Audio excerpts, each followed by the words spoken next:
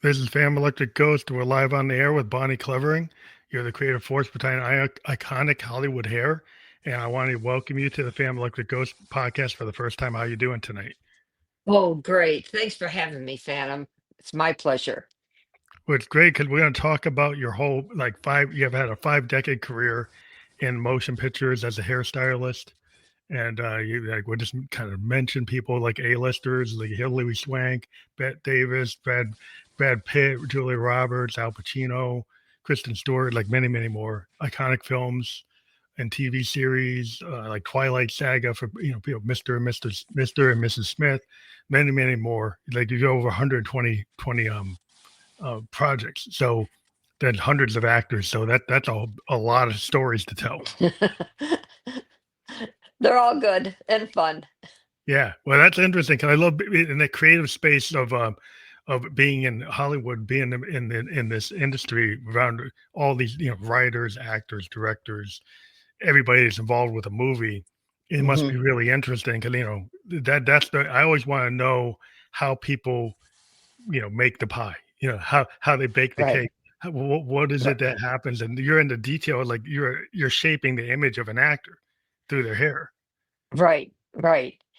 And I think because, my son and I wrote a book called Continuity, and it takes in both continuity in film and also in our lives. But the main thing in continuity in film, it's like if Julia Roberts is out in the rain and we're filming and that hair has to keep matching, I take back then I took Polaroid pictures, then we went up to 35 millimeter.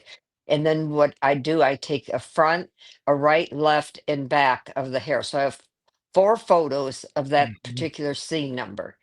And then it might be 2 months later or a week later, we might have her walking in the door in the interior of the house or wherever it is. And so that hair has to match. So Match. that's why I have thousands and thousands of continuity pictures over the last 120 films or TV shows I've worked on. So that's why it's a pictorial memoir because you're Yes, actually using all that content that you had from actually working.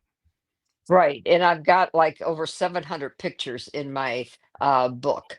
Wow, that's And cool. yeah, and all the continuity pictures that I took. Plus, I have many, many more. That's like 'cause I like making the sausage, like doing the work. 'Cause I like to know the behind the scenes, like in everything. And music, I want to know, like David Bowie's talking about his process, or Bob Dylan talking about his process. And I always want to know, like, what made you want to do this? What were you thinking about?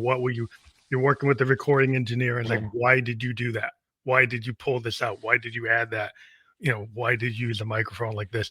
So it like in terms of like you're trying to keep the continuity between the scenes, and they're not always in sequential order, right? These directors do things Right. that Oh, not yeah. in sequence, so that must be Yeah. hard. Well, and when I filmed with Kristen Stewart, the Twilight's, the Breaking Dawn two segments, we filmed both scripts. So at the same time. So, for instance, if we were in one location, Hmm. we did one script and then we did the next script to save that location and or whatever. Hmm. So that was one of the most complicated ones. I've never done that before where we filmed two films at the same Yeah, time. because they've got they've got their this whole series of films, and I guess they're trying to the production people are like, hey, let's be smart about our time and our be efficient. So I guess they start Right. making things overly complicated. Right. Well, and it's almost like the continuity of a guy that the actor has a cigarette, and there's much ash at the end of that cigarette, but Yeah. they might take 10 takes. So he's got them lined up where they've got a light at just a certain time. So every time that guy's talking and smoking, Yeah, sync up. that, There's so many that, little details that have to sync up oh, because, like, yeah, you could have, if you're using lighting and indoor lighting, you can control things. If you're outdoor and then it's a suddenly you get, whole, yeah, you yeah, gotta go, oh, you might gotta fix that with some kind of technical thing today. Could people got CGI to go, all this computer stuff, or are you actually going to try to make it analog, like actually do it with a real sunlight? the real Right. situation or Right. not. And it could be the wardrobe department having rain or snow or something on their coat and then retake, and that's got to be exactly the same. Or Yeah, either when they walk into it, are those drops going to drop the same way? yeah, that's really interesting. And then hair is like so much like makeup is a whole thing, but hair in terms of like when you're trying to work with the actor and work with the directors and the writers, how much leeway do you have? And have there been directors or people who are very specific and say, no, no, I want this, or do they leave more to you? I would say to begin with, usually the actor pretty much knows what look they want for that particular character. And then it's discussed with the director and producer and myself.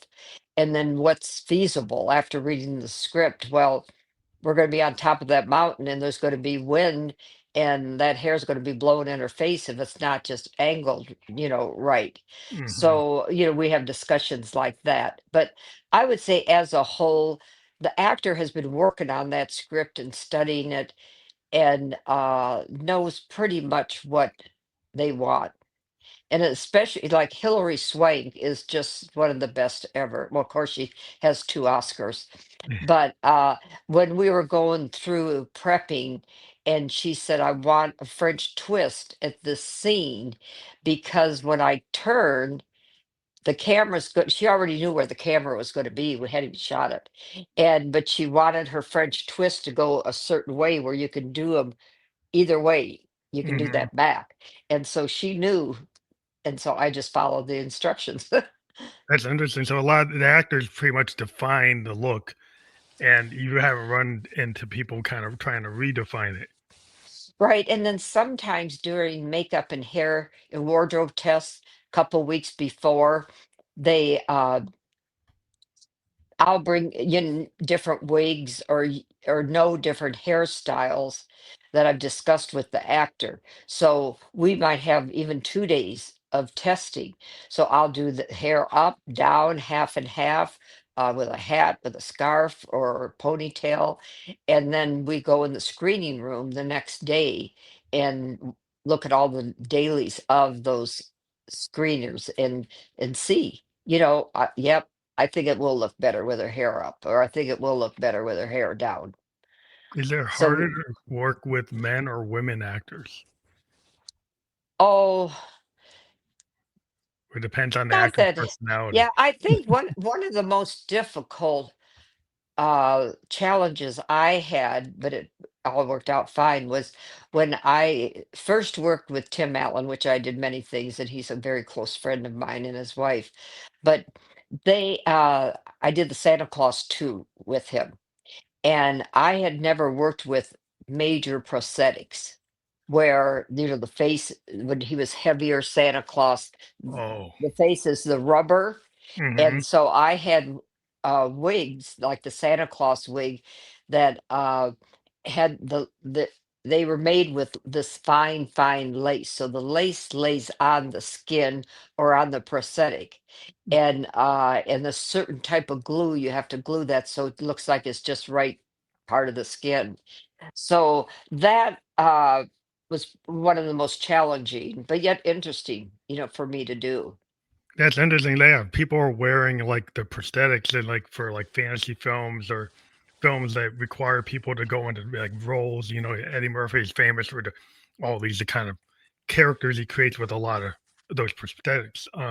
And if and certain films require changes like to age somebody or to make them Hmm. younger, and then you've got to actually have that continuity of like, okay, how does this person age? Right. Oh yeah. Yeah. Through the movie, like, usually in a movie, you'll see a lifetime or life cycle of the character. Right. Right. Well, and I did Brad Pitt and Mr. and Mrs. Smith. And before he did that, he had been filming Troy. So Mhm. he had the braids and the dreads and the longer pieces and yeah, all this going on. So I had put together a whole catalog of picture book, because I knew Brad, practically every film he had a different look. So I'm looking at all his past films, what he had never had, or some ideas that I thought would be good for the character. So I've got this whole little scrapbook together, and 2 weeks before we're going to do makeup and hair tests, he comes in the makeup trailer and he had a buzz cut. He was so anxious to get all that hair off. The night before, he went to Jennifer, because he's with Jennifer at the time, and so he went to his her hairdresser, and he just buzzed the hair right off. Oh, And he knew I would be shocked, and I tried to be calm about it. I said, "Oh, Brad," and and he looked at me. He said, "Yeah, but I think it's kind of cool." And I said, "Yeah." And he said, "But how fast does hair grow?" And I said, "An average of a half an inch a month. And we're going to film in 2 weeks. So most you're going to get is a quarter of an inch." it was all wigs. Yeah, I guess you had to work with No, wigs then? no, no, no, no. We just used his crew cut Or through you the whole decided to thing. use that for the character? So that was an easy job for me. I mean, I kept it trim, the sideburns and the neck, and so he hardly had any time with me, where usually, we figure 15, 30 minutes with the hair. Mhm. So I used to give him massages and hot towels on his head and stuff, because I didn't have much to do. So I guess going back to the beginning, like, how did you get your first job in Hollywood, and was it working with hair? Yeah, my husband and I were married in Florida, and I worked at a beauty salon, and we had no ties or anything. So we decided to move to California. We just get in the car, put everything we've got. 2 days after we're married, and small family wedding, and we went Route 66 all the way to California. And I knew I would have to get a California hairstyling license. So I knew before I could work in a salon. So anyway, we get there, and after a while, well, I got my license, but then we were living in an apartment complex that had a lot of studio people, grips, electric, assistant directors, whatever. And so this one gentleman said, "You ought to try to get in, the film business." And I thought, yeah, every hairdresser's dream. So he was working on the Beverly Hillbillies in Petticoat Junction.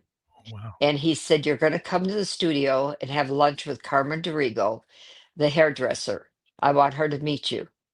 So I went one day, and after we had a wonderful visit, lunch, and afterwards she gets on the phone and she calls the head hairdresser at 20th Century Fox and says, "I just met a girl I think could be a real asset to our business." And then at the time, they were looking for more hairdressers, because the union back then consisted of only female hairdressers and only male makeup artists. Mm. And so they were short of hairdressers, but all the seniority girls would have to work before any of us. But it gave us a chance to start putting our hours in and getting the point of being able to take this crucial 2-night test that I had to take. But I just learned, like, at the beginning, I just did extras. Like, we'd be in a big sound stage with hundreds of extras, Hello Dolly, or Oh, y- wow. um, all kinds of period films.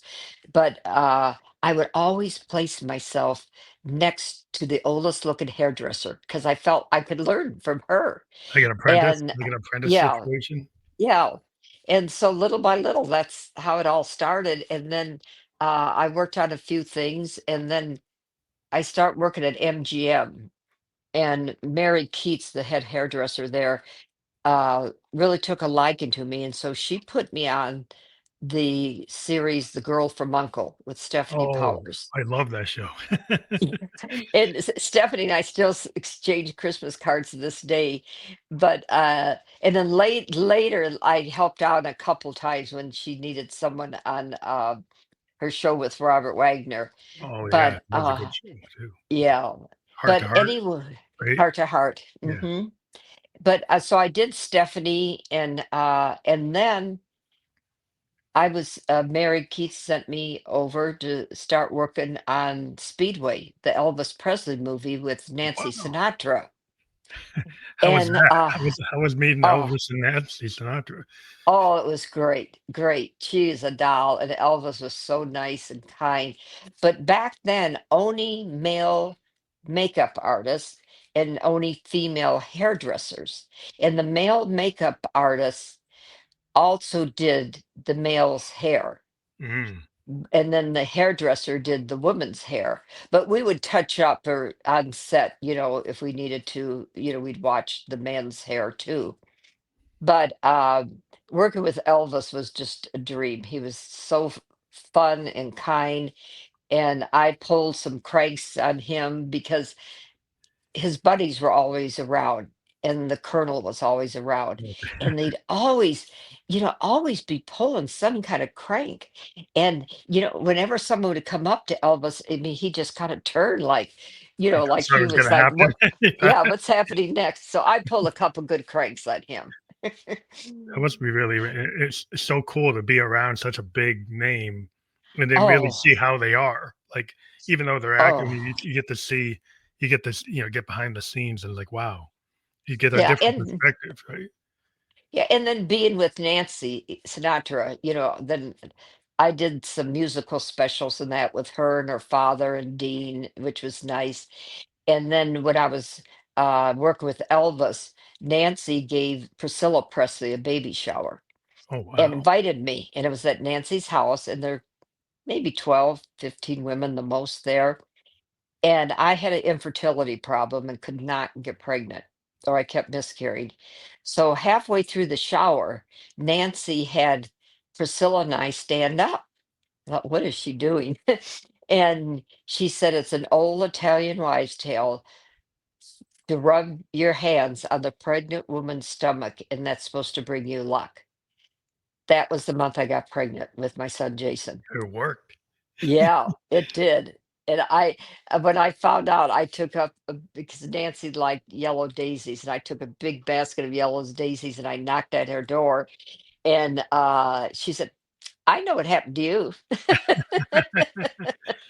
That's so cool to be Oh, around, especially that's a really, like, historic time when you had, like, those kind of people. It's like on the stage, oh, these titans of like music and art and film. It's like you're around this thing between the television and the movies, being in that era. oh, Is that you would absolutely. call it like a classic Hollywood period?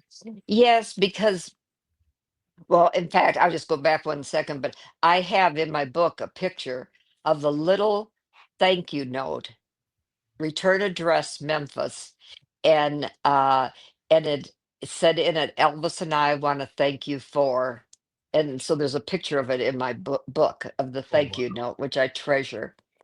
And Some around stuff like that. but when I started, it was that old Hollywood. It was like you'd break for lunch for an hour and you'd go to the commissary, which the tables had tablecloths, linen napkins, and all the actors ate there. I mean, today it's, catering trucks and we Mm, grab a paper plate and go in a trailer or something.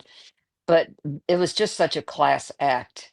And I Memoir. remember even seeing Rock Hudson there, and one day I thought, "What's all the commotion?" And Joan Crawford was coming back because that's who she had been with, was MGM, and they had over the whole entryway, there's a big arch, "Welcome home, Joan." Oh, wow. And for some reason, she went in the sound stage to get some, I don't know what it was, some recognition award or whatever.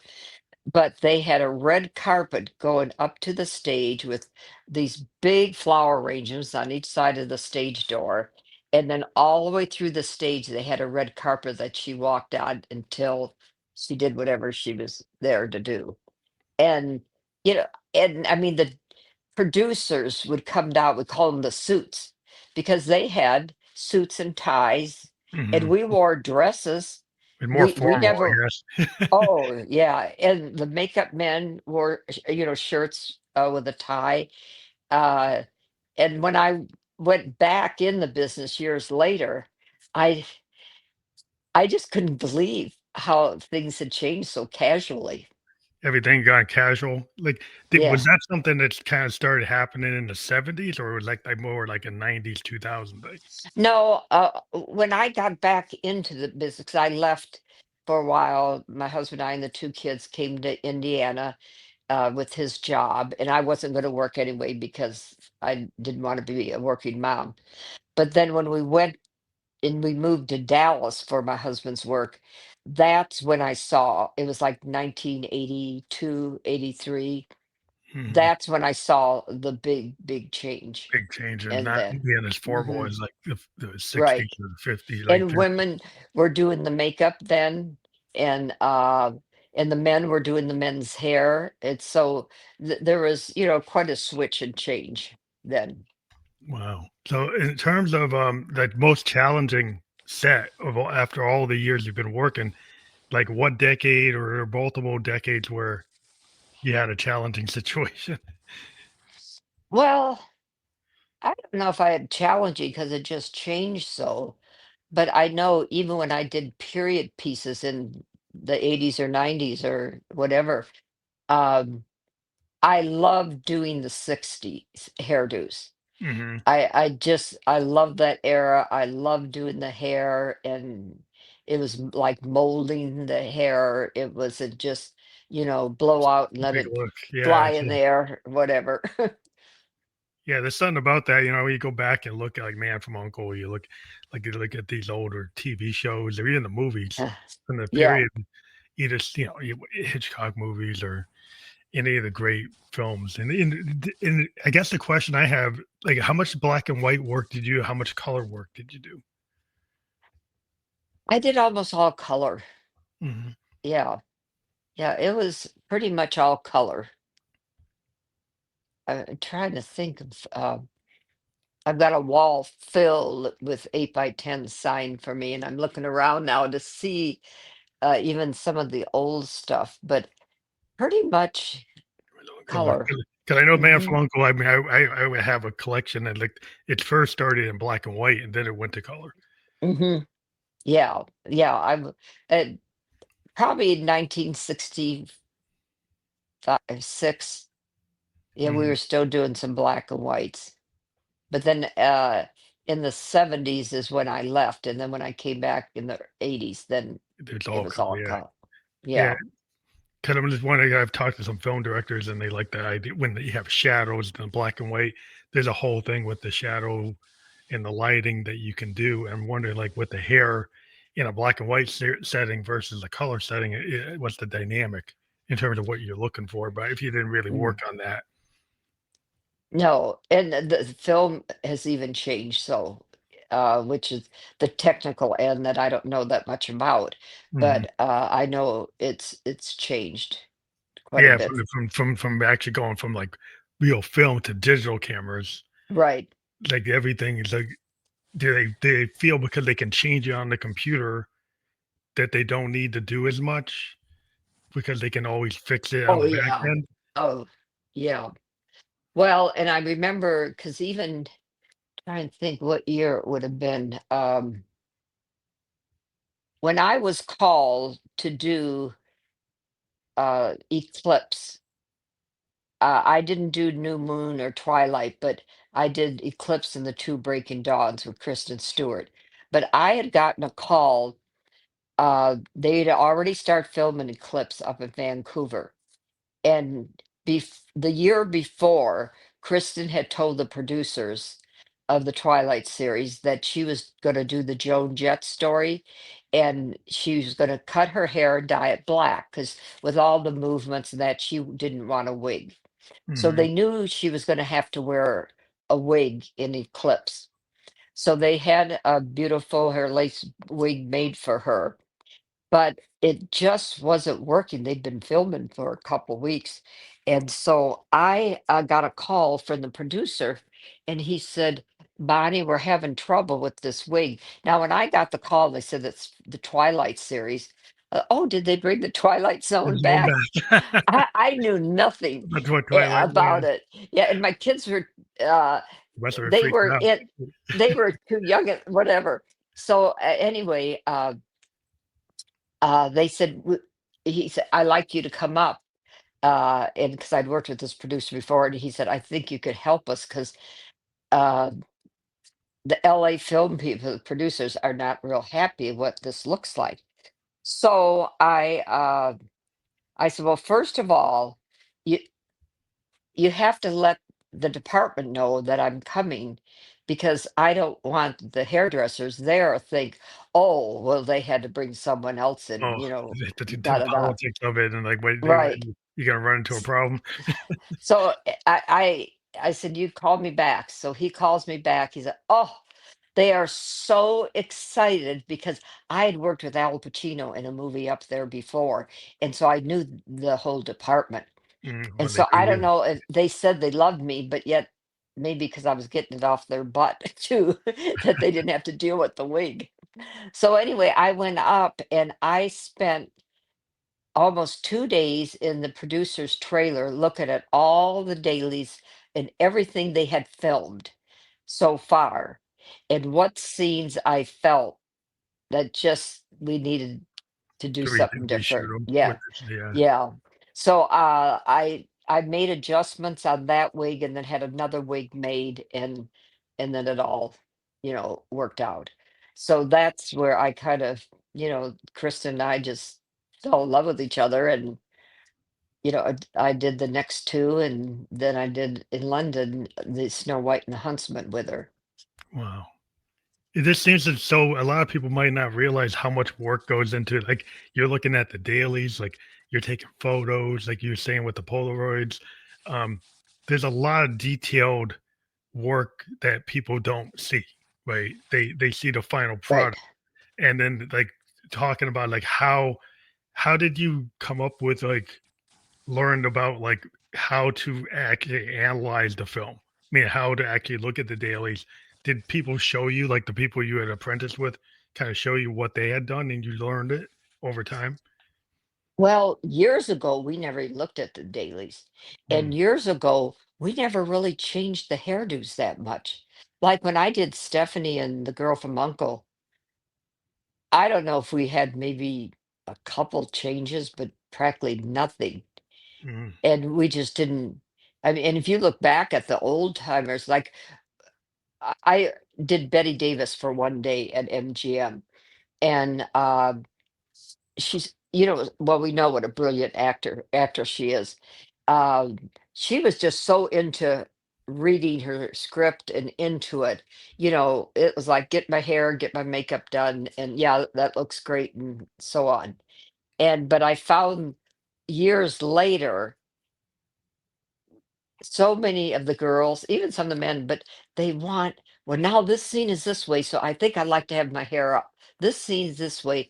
Uh, let's do it where my hair's half wet, whatever. So it just changed got so more much. detailed. They got more like, Yeah, they wanna be more precise about, yeah, like, all these moments where, like you're saying in right, the past, they were like, "Well, I'm gonna do it with my acting." right, right. Exactly, exactly. Yeah, they still want to look beautiful, even if they're running through the woods. Yeah. But I can see it, like, but maybe because they got so into maybe being able to look at the images easier, maybe it's with the Mhm. tech of, actors going back and looking at the dailies and people going back and reviewing things and having it more people looking at it. Then you go, "Oh, do you get too many cooks in the kitchen?" Yeah, yeah, exactly. And because I mean, there's so darn many producers anymore on a film too. It's not just one or two like it was years ago. Yeah, so then you got, like, is it like a committee decision? Then now Yeah, you have to go into a meeting and then have a meeting yeah, about that meeting and a meeting about that meeting to go over what you wanna do. r- exactly, Yeah, yeah, exactly. yeah, it's always fun. Like, 'cause if you like, as an artist, a lot of times it's like, I just wanna get to the art, right? Y- I want to get, yeah, yeah, and then if I had to go through all these things, like, do I have to care about like the 15 seconds before I walk through this door, and then the 30 minutes after I sit down on the bed, I'm gonna look different. I'm not gonna care about. So I want to make that. You can start getting so into all the details. It's like, yeah. is that And I is it think too much? what, yeah, and I think one of the most difficult I ever had to do. I was doing a film with Julia Roberts, I think it was America's Sweethearts. And we filmed it. She used her own hair, different styles in the film. And a month or two later, I get a call and said, we have to reshoot or we have to add something to one of the scenes. But Julia's hair now is a different color, different length, and she, of course, doesn't want to cut it or color it or whatever. So we're going to have you have a wig made to match those scenes, Mhm. that one scene. And and I said, well, how close are you going to be? And they said, it's a close up. Oh, it's a It big. is so close. Yeah. Big screen. It wasn't television, big screen. And so I had a wig made, and then I had to cut it and trim it and do this and that to it. And it was so tedious. And so I said, how long of a cut do we have? Like, is it going from who she's talking to, then to her, then back to her, or, whatever? Mhm. And they said, it's like a second. So it was like they were using part and then the new part too. Oh I wow, mean, it was like that. just that. No, no one, I know, I'm 100% positive no one would ever know, but oh, I'd never want to look at that film again. That's a lot of work for such a small amount of time. Oh, it was just, I mean, so precise. Yeah. That I guess that's what they want. If you get somebody that really is that detail and that like micro level. Well, and then they know it's on a gigantic screen. Yeah. It's I mean, for instance, if you and I were doing this and in 6 months you said, Bonnie, that one part about that one um story you told me. And I'd have to think, well, first of all, we didn't take any continuity pictures of me, Yeah. but you So, could send me a clip or something. But I mean, it would have to be yeah. exact. Yeah. That's interesting because that's so Yeah. tight. It's very like, yeah, exact. Yeah. It's like exact kind of science type of thing, but it's art. But Hmm. that's always interesting in terms of like when you're working on wigs, like, do you have a set group of, like, people who produce the wigs for you? Are you responsible Well, for that, or does the production company already have wig makers? oh, we pick, or a lot of times if the actor has worn wigs before, they even know wig makers. But I had my favorites, and back, oh, even in the 80s, there weren't that many. Now there's several wig makers, and the art really came from Europe, and it's just takes a certain type of person to make one of those wigs because it's uh, first of all, I would meet with the wig maker and the actor, and then I would wrap her head and her hair all down so it'd be as flat and close to her scalp. So it'd be Mhm. the size of her scalp.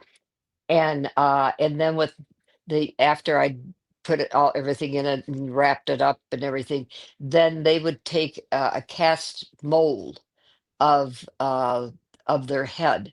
So then they had the exact shape of her head, So it totally, and like, then fits the they body. would use that as the base to start making the wig. First the wig cap, then it's almost like a little fine crochet hook. They'd hand tied and hook every hair on that netting.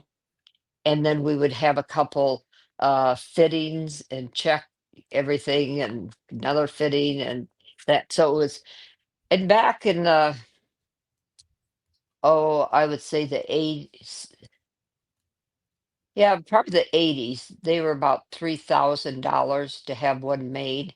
Wow. And I'd always have two just in case something would happen. Or Mhm. they would shoot one scene and we had the hair in a different style that and they want to switch real quick. Oh, But nowadays, I don't think you can get one much under probably 10 to $15,000. I mean, wow. they're beautiful, beautiful hair. And it's You'd never handmade, know. so it's handmade and very individual, tied to the actor, Uh, like Yeah, body, head, shape and who they yeah, are. yeah. And the hair is just beautiful, beautiful. Wow, that's really interesting in terms of, like, who are your favorite people to work with in terms of directors? Oh, well, I love Oliver Stone. Just love him. He's just so brilliant. And I did Born on the 4th of July, JFK, Any Given Sunday. Yeah, and I sent him my book a couple months ago. He immediately texted me back and just thought it was brilliant. He was very pleased with it. And yeah, one of my favorite pictures in the book is he and I talking to each other across the table. It was just he's just great. And then I did a lot of Steven Soderbergh movies, Hmm, and he the thing with Steven, his whole crew, he kept having film after film after film, which Oliver did a lot too, but Steven just trusted who he had we on kept the his same team, crew kept the and same just team. kept, yeah, and just so it wasn't like hardly ever going up to him and saying, "What is this? What is that?" He just trusted whatever our decision was, and with the actor. Well, that's And awesome. he shot real fast. We didn't do tons of takes. And I think the one that I love, and bless his soul, he's gone, but John Hughes, I did Curly Sue, Mhm. and he would take after take Yeah, after it's a different take. style. You get these Oh people that yeah, are looking for perfection, and you have these other people kind of more like, flow state in the moment. Like, right. you have like a jazz fusion guy, he's like, "Yeah, like, I can live with that note not being what I expected, and I'll kinda evolve to it." Where Yes, you have exactly. somebody that's like, they got an exact picture in their mind what they want. If they don't get it, they're gonna keep on retaking and redoing it until they get it. Yeah.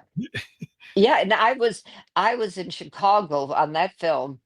I was there 3 months. I saw fall, winter, and early spring. That's how long it took to film it, but he was great. He was great. And, Christopher Nolan, who, Mhm. Well, he's fabulous. That's what I did, with Pacino. That was the first time I worked with Al Pacino on Insomnia. We did that mhm. in Canada, and, and to watch Al work was like so often they'd say, "Okay, get ready. We got to go to the set." So then we know we're going to the set probably till lunchtime. And Al was the one that I loved going and watch. You like the I way his just, style, the way oh he yeah, did it? There was yeah. something He about it? he's so good. And another one that I feel is like the young Al Pacino is Edward Norton. Oh, no, yeah, yeah. Oh, I did a couple with him, and Edward was just, I mean, he knew. I mean, he's one of the men that he knew during the prep time how he wanted his hair. He And then actually we'd knew what try he a couple wanted. of different things. Yeah. Because he knew what he's gonna wear and how he's gonna this and that. And he is so smart. So what about Al did you really like? Is it that his delivery or the way he carried himself or how he executed, like, the lines is, like, just, like, the way he presented himself? Almost everything. He was a little superstitious. Yeah, he would never walk over a cable on the sound stage. He'd walk all the way around the stage before he'd walk over a cable. Wow. And then I would fix his hair, and then one day I realized what he was doing. He said, "We're just ready to roll." And he said, "Bonnie," I thought, well, I better go. and what could have gone wrong at that short of time? So I went up to him. He just said, "How does it look?" I said, "Great, Al." And he said, "Okay." He had this thing, if he kind of touched me, it was like good luck or something. So, And yeah, he needed that. yeah, yeah, yeah, he's a great guy. Well, we know how great Al is. Oh, yeah. That's so amazing, the films you worked on. What TV shows did in terms of television versus movies, were there TV, projects that you really, I guess, like, loved or as much as a movie? Or you would never really love a TV show as much as a movie project? Well, I only really did the whole series, The Girl from Uncle. Others, I would just fill in, or, if they needed an extra hairdresser, or, oh, I remember one time I was just hired for one day because they were casting what woman they were going to use on Green Acres as his wife.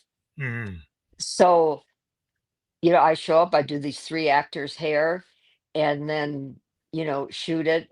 And then that night I come home, I told my husband, I said, "Well, I don't know."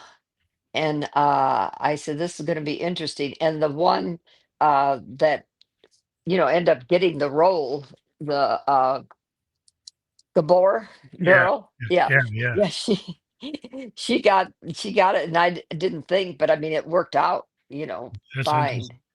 Yeah, So yeah. movies are more like you're able to be on it more long term because TV shows were more like kind of here like you're not on it like like as much time spent. Well, month-wise, it's probably a little longer. I mean, back then, Mhm. than an actual movie. I mean, it just kind of depended if it was a comedy or what.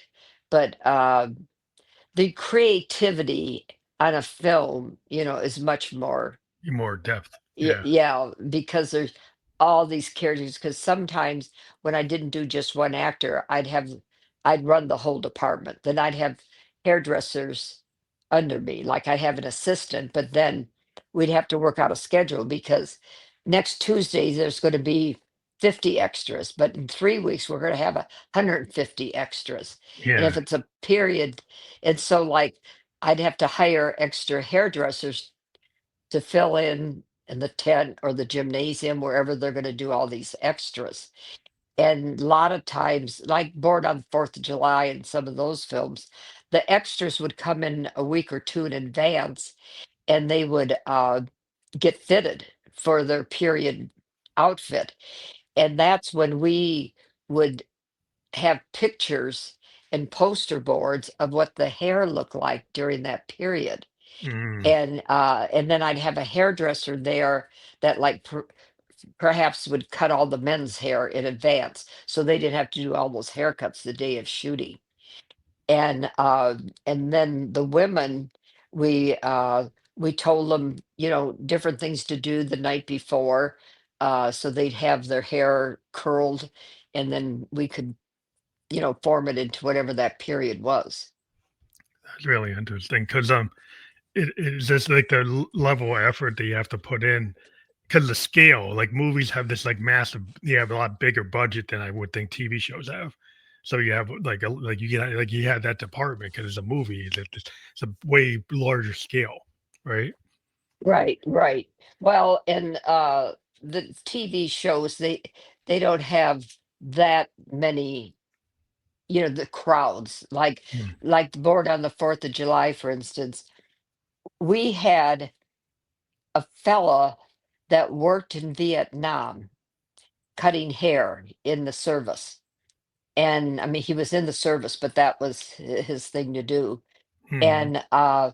And so we did this in Dallas, and I don't know who found this guy, but it was amazing because he just knew that haircut. He knew what He it could was. He had the he real whipped those extras out with that, and he had a hose on the end of his clipper that had a something that the hose went down into this box. So when he was cutting hair, it would go into this box. There's no hair on the floor.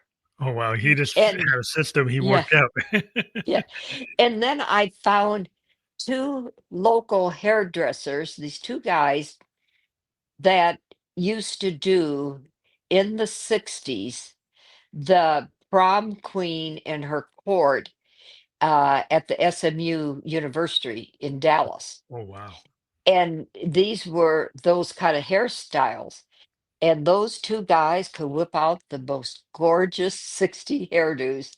So, I would hunt for them. And then when some of the extras in the background, I got Sears catalogs from those periods Oh, so you could because see the catalogs, it showed the clothes, everything, but it showed children's hair, men, the whole family, teenagers. yeah, so it shows the Yeah. whole family, yeah. So it was great looking through those catalogs for the styles of that period.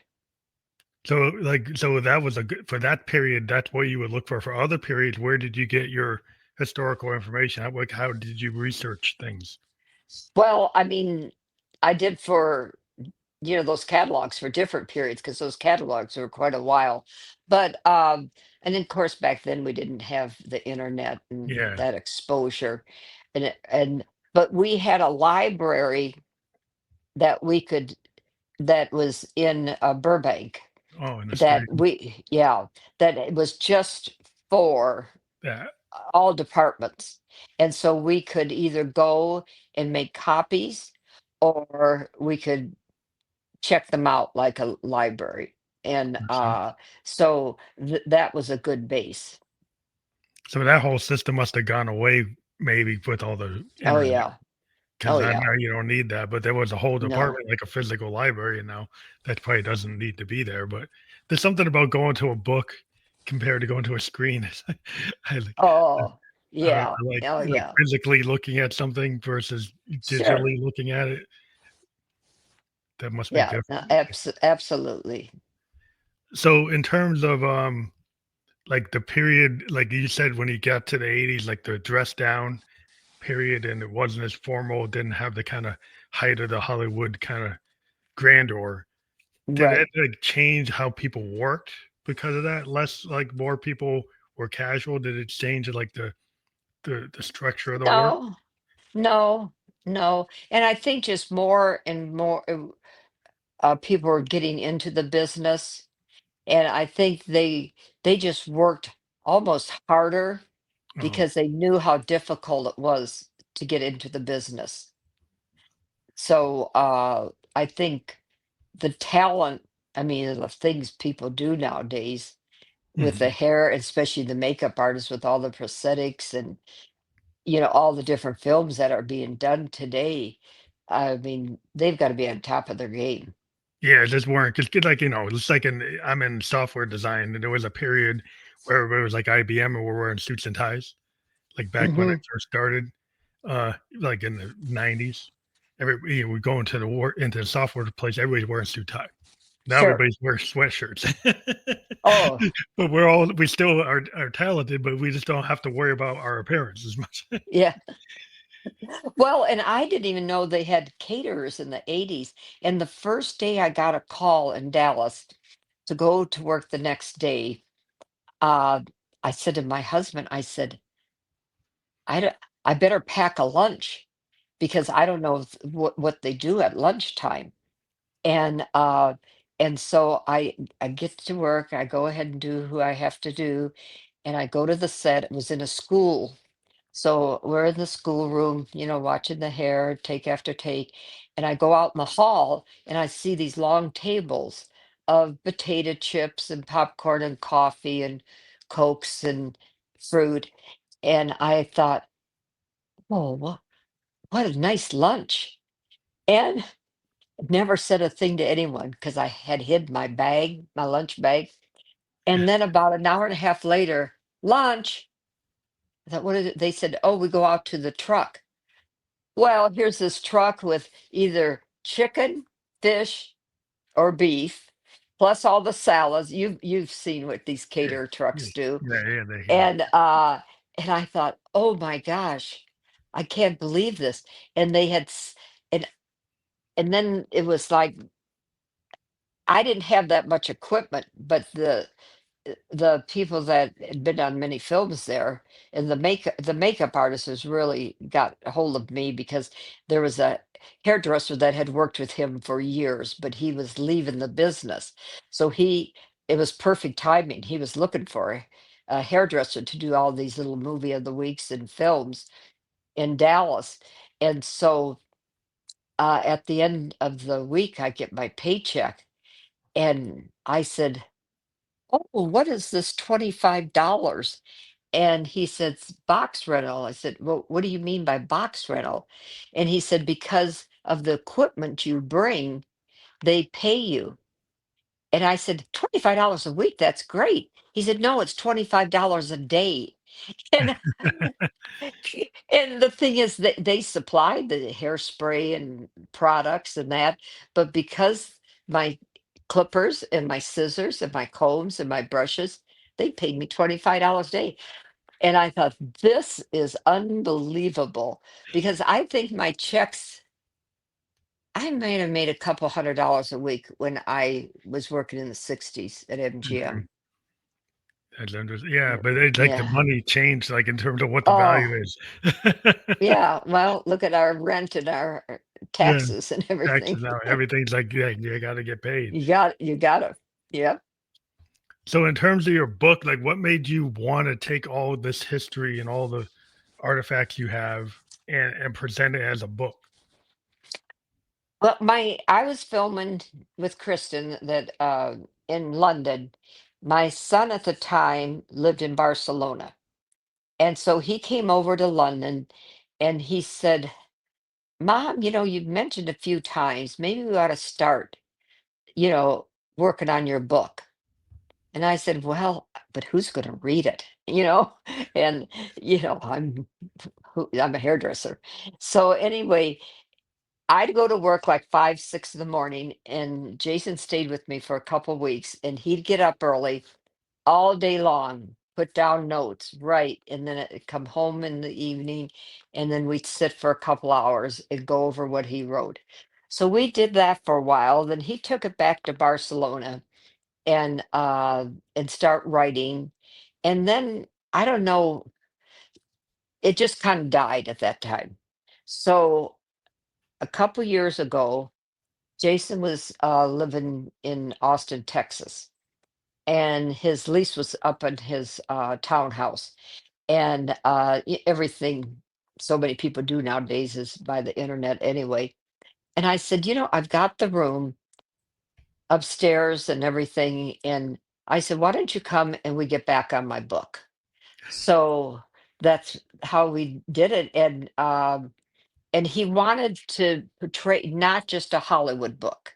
It's a book about the continuity of life also. So Mhm. it's like continuity by Bonnie Clevery, life beyond the credits. And so it takes in, just my life and how my desire was to do this and that, but what didn't take me there. Uh and I lost my husband when he was just 55 years old. And we didn't we were never wealthy people or had big homes or anything. We had nice lives, but and so after he had passed and we were in LA, that's when we went back to LA. And and so finally, when after he passed, I thought, well, I've got to really get going and make money and put time in my union so I can work on a retirement and insurance and everything. And fortunately, I was doing a few things, and then all of a sudden, I start working with Steven Soderbergh, and Steven he kind of had his own crew, kind of like Oliver did. Mhm. So we knew we were going to do this film, then we're going to do the next one, and then I was working on Out of Sight with Jennifer Lopez and George Clooney, and then all of a sudden we were going to be doing Aaron Brockovich in, I think it was like 6 months, 4 months from then. And someone said want you on the phone. Well, that's when we had stage phones. And so this woman said, I was wondering who did Jennifer Lopez on Out of Sight. And I said, I did. And I said, why are you asking? And she said, well, my client wanted to know. And I said, do you mind if I ask you who your client is? And she said, Julia Roberts. Oh, wow. And I said, "Oh." So I think what it was, and that's what so many women did in Hollywood. They they'd see this actor, after so many films, they like her look, and You maybe want they're to find out who did it. tired of their hairdresser, or their hairdresser isn't available. And so I went from running the department to just doing Julia. Wow. And we just hit it off. I did many, many after that, and she's just a doll to work So with. you'd be able to get, like, into a situation where you had a constant workflow that you're and Yeah. then Yep. you've got some you big names like Julia Roberts actually liking your work, and so that must keep you in the game because if you're working with Right. such a high level person, then other people are gonna want you Oh, too. Can you yeah. say, "Hey, you did Julia, well, can you do me? Can you do this?" Is that how it Yeah. happens, like a Rolodex of, like, you can name check this person, and they're gonna get a steady stream of work. Yeah, and that's what happened, with Jennifer Lope doing her, and then, doing Julia, and then, well, when I was doing, Pacino, that's when, Hilary Swank was in Insomnia, and we just hit it off just as friends. Mhm. And then that's when she started asking for me also. That's cool. It's a good thing to have. I mean, when you get these Uh, big A-listers are asking for you by name, yeah. that's Well, what and you I want. think, too, they have to get that trust, Yeah. in the people that are working the closest to them. And so, you know, evidently, in like my book is nothing to do with anything negative at all. And like I Mhm. said, it's about my life too, how I It's your memoir, tried right? to keep a balance of being a wife, and raising two kids, at grade school and teenage years, and working, and then losing my husband and working, and and I was raised in just a normal family that didn't have very much money, so I worked from the time I can remember making 50 cents an hour. And things like how I overcame, I was raped as a teenager, and then my husband was a working alcoholic, and he died of cirrhosis of the liver. And just knowing that when you live with someone that's a drinker. And so it's just how I overcame some of this stuff. And then also, I think the relationships, I love to cook. I've always loved to cook. And it's amazing how I found out how each of my actors love to cook. And when I did Hilary Swank, and we were in Baton Rouge for 3 months, and she said, I want you to stay in the guest house because while we're here, I want you to teach me how to bake every kind of pie. I said, okay. And then we had someone teach us how to quilt. So every Sunday we had the teacher come in and show us how to quilt. And then Julia is an excellent, excellent cook. And so, and Kristen Stewart, she's as good as they come too. So on days off, or we get done early of a day, we'd get together and have tacos, or, you know, Yeah. whatever it would be. And like Kristen one Christmas said, I think we should make Christmas cookies for the whole crew. I said, okay, when are we going to do this, Kristen? And she said, well, I've got the house with the big kitchen. I said, no matter how big your house and kitchen is, you only have a double oven. You know, So we can only put so many cookies big in. cookies in And it. there's three of us baking, and you're talking hundreds of cookies. So she said, no, it'll work. I said, okay, well, the weekend we're going to do it. She had company come in. We couldn't do it. So the makeup girl and I decided we're just going to make him in our own apartments, and then she's just going to make them the night before, or whatever she's going to do.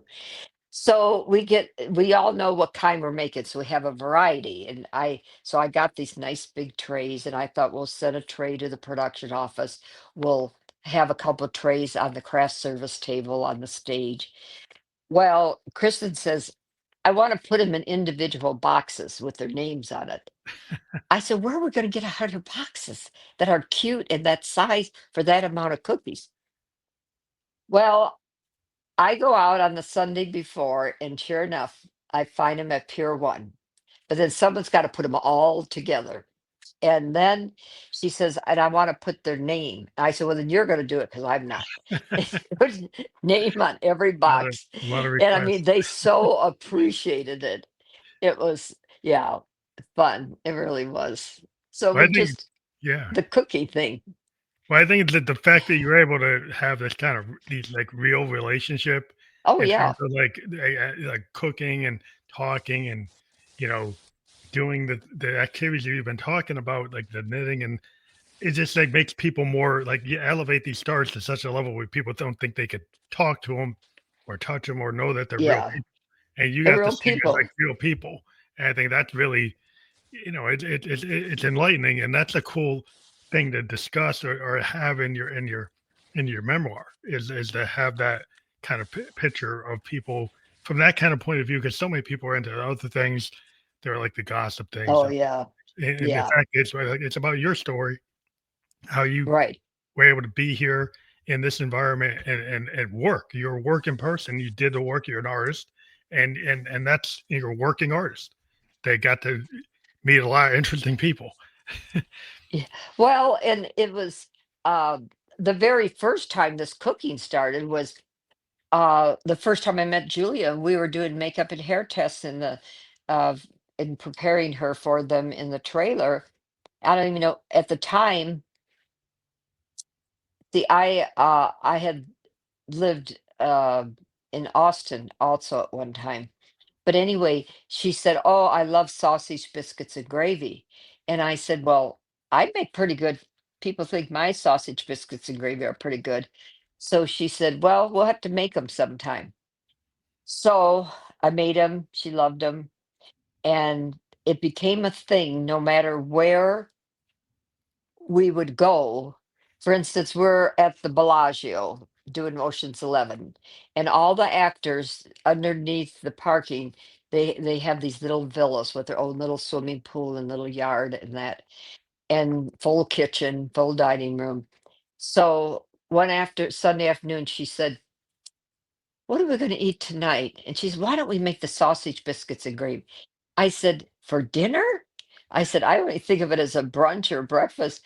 And I said, well, let's order a big fruit tray and a couple things that are going to kind of cut that starch and gravy. And so we're cooking, and the smell is smelling so good. And the door knocks to her villa, and it's Matt Damon. He said, what do we smell in the hall? It smells so good. And he said, we're making sausage, biscuits, and gravy. So all of a sudden, there at the table is Clooney, Matt Damon, Don Cheadle, the guys. Hmm. Everyone's eating sausage, biscuits, and gravy. So that has gone down of all the actors I've done. And in the book is my sausage, biscuit, gravy recipe. Well, that's awesome. Well, I like that you integrated your cooking and the cooking stories too. But Right, right. it's just amazing that all the stories you have, and I want to let people know the name of the book again is Continuity with Bonnie Mm. Clevering, Life Beyond the Credits. This is, this That's is the right there. cover with many names. And then So, we've got the link there to your website and your yes. Instagram, and those are going to be fully clickable. We've just been on LinkedIn, YouTube, and Kick Live. We will be on all the other podcast channels like Spotify, Apple, iHeartRadio, Amazon by tomorrow. And I want to thank you for being a guest on the show today, and hope everybody checks out your book. It's coming out. Is out? Is it out or it's coming out in September? Yeah, it's out, and it's in fact in the printing for the second printing as we're Awesome. talking.